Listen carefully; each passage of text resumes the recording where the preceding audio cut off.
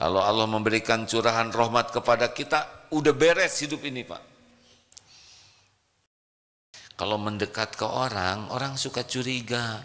Kenapa kita ngedeketin? Apalagi pas kita baru gajian. Kalau kita punya sesuatu, orang ngedeketin kita, atau kita mendekati seseorang, belum tentu dia nyaman didekati oleh kita. Ditelepon oleh kita, belum tentu orang suka. Tapi Allah suka sekali kita mendekat kepadanya. Dan mendekat sejengkal, Allah sedepak mendekati kita. Kita bergerak aja ke arah Allah, Allah udah tahu nih, Allah akan mendekat ke kita, dalam tanda kutip ya, Allah akan menolong kita lebih dekat dengan Allah lagi. Ini seperti begini, datang ke masjid, tambah ada pahala zikir, betul tidak? Sekarang dapat ilmu, dengan ilmu ini kan makin dekat tuh semangat mendekat ke Allah, betul tidak? Tambah. Makanya mendekat ke Allah itu udah paling bener lah dalam hidup ini. Gak usah terlalu ribet ingin dekat dengan orang. Membuat kita kurang ikhlas lah kalau kita ingin dekat dengan orang tuh. Jadi kebaikannya tuh zaim, tahu zaim? Ya begitulah. Kita ngasih permen ke seorang anak kecil, targetnya kakaknya, ya kan? Maka orang-orang yang ingin dekat dengan Allah mesti dekat dengan Quran. Kalau tidak dekat dengan Quran, tidak serius ke Allahnya. Ayo tanya saja ke diri masing-masing. Lalu apalagi yang menguatkan iman? Sujud. Karena saat paling dekat seorang hamba dengan Allah itu sujud. Sujud ini maksudnya sholat. Karena kita tidak bisa kemana-mana sujud saja begitu, ada aturannya. Minta tolonglah Allah dengan sujud, ya artinya perbaiki sholatnya. Nah kita hidup ini menjadi berat karena kita jauh dari pertolongan Allah. Kenapa kita jauh dari pertolongan Allah? Karena kita tidak serius ingin ditolong oleh Allah. Apa cirinya kita tidak serius ingin ditolong oleh Allah? Kita tidak serius memperbaiki sholat kita. Ayo jujur. Kita sudah sering sholat ini. Jauh-jauh dari rumah ke masjid. Sungguh-sungguh ke masjid. Tapi ketika sholat, gitu lagi. Gitu lagi. Allahu Akbar. Tidak ingat mulut nyebut Allahu Akbar. Hanya mulut saja Allahu Akbar. Tapi hati tidak ingat sedang menyebut Allah Maha Besar. Apalagi meyakini Allah Maha Besar.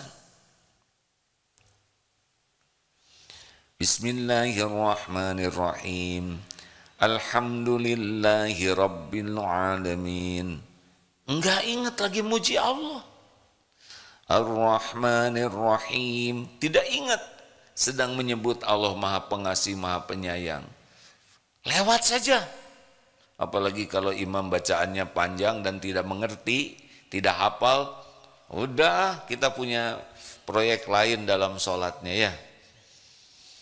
Ingat sendal lupa naruh di mana tadi.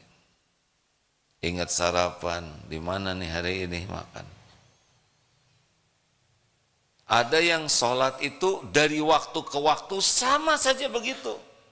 Padahal sholat itu harusnya menguatkan iman. Qad aflahal mu'minuna alladzina hum fi sholatihim khashi'un. Jadi kalau sholat kita makin khusyuk, Allah suka. Karena wa aqimis sholah lidzikri, dan dirikanlah sholat untuk mengingatku. Jadi kalau ingin kuat iman, perbaiki sholatnya. Kalau sholatnya basa-basi, ya sudah. Karena sholat itu kumpulan zikrullah.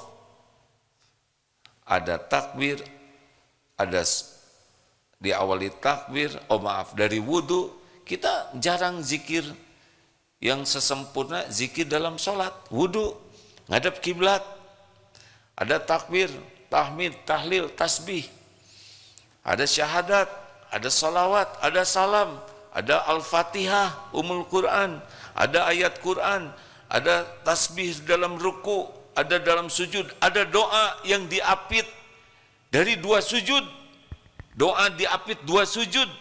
Rabbighfirli, ampuni saya ya Allah, warhamni, sayangi saya, limpahi rahmatmu, wajburni, cukupi kekurangan saya, tutupi kekurangan saya, warfa'ni, angkat derajat saya ya Allah, warzukni, limpahi dengan rezeki yang halal berkah, wahdini, tunjuki pikiran, ucapan, sikap, keputusan. Apalagi wa'afini, selamatkan dari tipu daya setan, dari kejahatan makhluk. Pokoknya ingin diselamatkan. Wa'fu anni, maafkan saya, hapuskan semua jejak aib dan dosa. Coba itu, dosa beres harusnya dengan sholat, benar? Kita, rahmat Allah kalau datang kepada kita, beres itu hidup kita tuh Pak.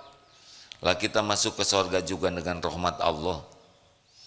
Kalau Allah memberikan curahan rahmat kepada kita, udah beres hidup ini Pak. Keperluan kita dicukupi oleh Allah. Sholatnya bagus, cukup nih. Sholatnya bagus, dicegah dari maksiat, kita jadi mulia. Sholat kita bagus, Allah akan memberikan rezeki terpilih, halal barokah. Sholat kita bagus, ditunjuki kita ketemu siapa, dapat ilmu apa, perkataan apa, harus ngambil keputusan apa, Allah Maha tahu segalanya. Kita sholatnya bagus, diselamatkan tipu daya setan, jebakan nafsu, syahwat, kezoliman orang, rencana jahat. Allah Maha tahu apapun yang akan memudaratkan kita. Dan ini wa'fu anni, jejak aib dan dosa kita dihapuskan. Hebat, luar biasa hebatnya permintaan kita dalam sholat. Sayangnya kita tidak mengerti apa yang kita minta. Malah bicaranya juga begini, Allah Akbar, begitu. Kita tidak pernah minta-minta ke orang kayak gitu, benar? Ibu-ibu pernah minta ke semua, pas saya minta duit, minta buat makan, buat belanja segala macam. Enggak ada. Coba pinjam uang ke koperasi, pas saya minta buat meninggal, yakin nggak diberi ya? Coba yang belum menikah melamar, coba ke calon mertua, pas saya mau menikah, beres aja, diusir ya. Kita tiap sholat seperti itu. Maka ada satu nih ya, maaf katanya, tumaninah yang sering tertinggal waktu sholat adalah tumaninah pada waktu doa di antara 2 sujud. Termasuk imam juga ada yang kecepatan itu. Baru saja duduk sudah sujud lagi. Bagaimana kita menikmati meminta, Rabbighfirli, warhamni, wajburni, warfa'ni, warzukni, wahdini, wa'afini, wa'fu anni. Allahu Akbar. Aduh, itu nikmat harusnya tuh hadirin. Sholat itu nikmat harusnya. Kita ketemu dengan orang yang kira-kira baik ke kita aja senang, betul? Gimana kita jumpa dengan yang maha baik? Kita ketemu dengan orang yang kita cintai, yang baik ke kita, kadang-kadang baik, kadang enggak baik. Udah senang. Bagaimana kita menghadap kepada yang senantiasa baik kepada kita? Harusnya sholat itu yang ditunggu-tunggu. Sujud itu yang dinanti-nanti. Harusnya begitu. Nah, kalau ingin iman menguat, ingin bahagia, ingin akhlak membaik, ingin hidup ditolong Allah, perbaiki sholat. Bermain-main dengan sholat tidak serius ke Allah.